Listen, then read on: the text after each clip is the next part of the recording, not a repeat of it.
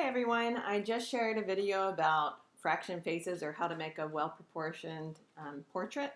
I thought I'd take another blank sheet of paper and show you how to draw the whole human figure using fractions. So the first thing you want to do is make a line of symmetry again. Start at the bottom, towards the bottom of the page and go, at the top and go to the bottom. So you're just going to have a line. It's not going to go from the very top or the very bottom, but it will take up most of it. And then you're going to find the center of that line, and you've just divided the line in half. You can tell your students this is fractions. They can mark 1/2. You can cut each half in half again. And how many sections do you have at that point? There are 4. So each of those line segments is 1/4 of the whole line. Then you're going to divide each one of those in half again. And of course, half of a fourth is 1/8. The denominator gets bigger as the pieces get smaller because there are more pieces to divide it up. So this line has 8 pieces, 8 little segments, I guess. And so the top 1/8 is going to be the head. This is an 8-headed figure, which is used a lot in figure drawing. It looks really tiny. When people draw, when kids especially, but even adults draw the human figure, they'll make the head enormous. We don't think of it as being as small as it is in relationship to the rest of our body. Somewhere between that second 1/8 down is going to be your shoulders. So I'm going to make my shoulders about the width of 2 heads. So take one head, kind of make the same width on either side of that line, the line of symmetry, and you'll have the shoulder, and then you can attach a neck, and it'll probably come down at a little bit of an angle, like that. So the waist is going to be 3 heads down, and then the hips are going to be the same width as the shoulders. So I'm going to make, this will be like a fashion model. None of us actually have a waist that's as wide as our head, but I'm going to do the same thing where I'm going to make it come in till it's almost as thin as a head width, and then the hips will be 2 heads widths. And I'm just going to attach all those dots. So it almost looks a little bit like a dress form. Now a lot of people when they draw the arms, they'll draw big monkey arms that come down to your knees or little stubby arms, but really the arms down to the wrist come to where your hips are wide.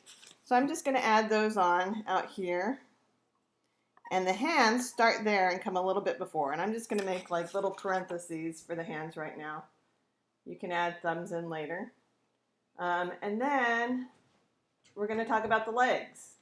Your legs take up half your body. So that means 2 heads for the top half of your legs. That's to your knees. And then the bottom half of your leg goes to your ankle or your foot. So I'm going to actually bring it in from the hips. That line down the middle is the line between your legs. And then when you get to the calves, you get these little shins in there, then it's going to round out a little bit. Now I usually add my feet to the bottom and I make them like little fins where it's kind of coming in like that. Some people make the feet as part of that fourth,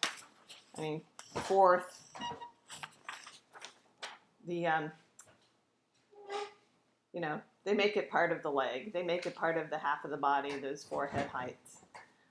So this is basically the gist of it. Now, if you want to make it fancy, you can make the line that goes between the hip. It's hard for me to do this backwards. Go one direction, but then you have to make the shoulders go a different direction. That's called contrapposto. So one arm may slant down a little more. You can make the legs go apart. You can make a ballerina with the leg coming out to the side. There's all sorts of things you can do once you get this basic pose. But for the first time we ever do this, maybe you just want to keep it a very stiff pose. And then I might do this for a costume design project. Maybe you could do it for a social studies project where they're going to be building armor from the Middle Ages or ancient Egypt type clothing, Roman soldiers. You can just about do anything that pioneer clothing, whatever it is that you're studying at the time. But I'm going to make this a costume design project. I'm going to make a skirt kind of come down here like this. And I might bring it around. I might make this, I don't know, kind of a square neck at the top. I think I'll make this a wedding dress. And if you want to, you can take the eraser and get rid of the legs so it doesn't look like you can see through the dress completely, or you can go on top of it with chalk or paint or whatever it is. I can only lighten it a little bit because this is a charcoal pencil. So then you think about how you want the waistline to go.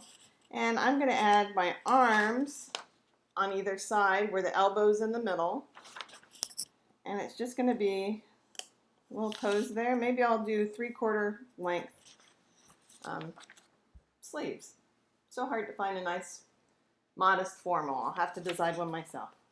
So then I'm going to think about maybe jewelry. You can add the hands, add the shoulder, thumb with maybe a bouquet of flowers. Let's think about how she's wearing her hair.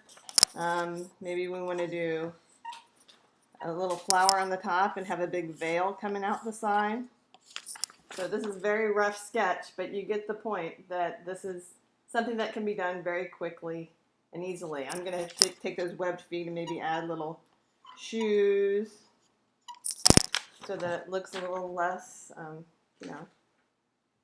geometric. Then you can, I don't know, worry about the hair, the veil. Think about the proportions we learned about before. The eyes are in the middle of the head. I don't have my glasses on.